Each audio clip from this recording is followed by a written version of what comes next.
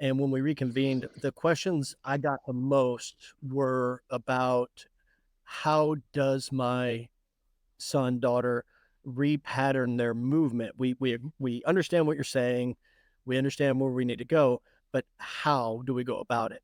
'Cause that's what we're working on. So I think the first thing that we do here is I think we need to define two terms.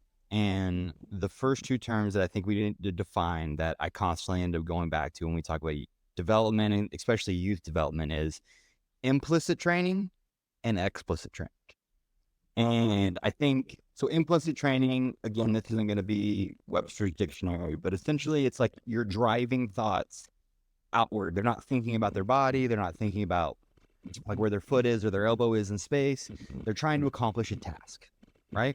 Or you put them in a constraint. There's all these new, if you're familiar with the practice design and skill acquisition theory, constraint-led approach, you're manipulating the body, the task, the environment they're in, and through that, you are wanting to produce an outcome.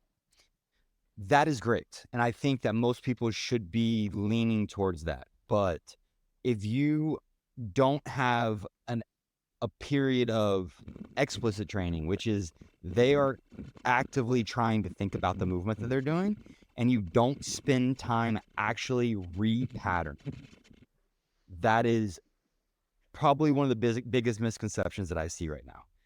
If you're wanting to go into competition mode, I would 100% lean towards more implicit training if you're in the season.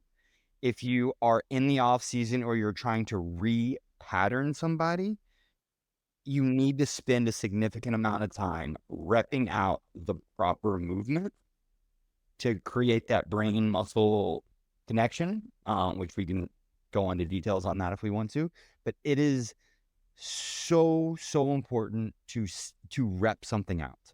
And if you can rep that out with a feedback loop, whatever that may be, blast, ball flight, delayed video, whatever it may be, that is king. Because you have to do the pattern over and over and over and over and over again.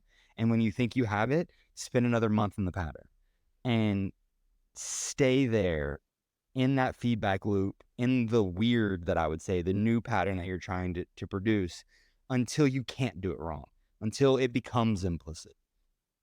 I just think so many times, like, I see coaches and people out there that listen to podcasts and read the books and all that stuff.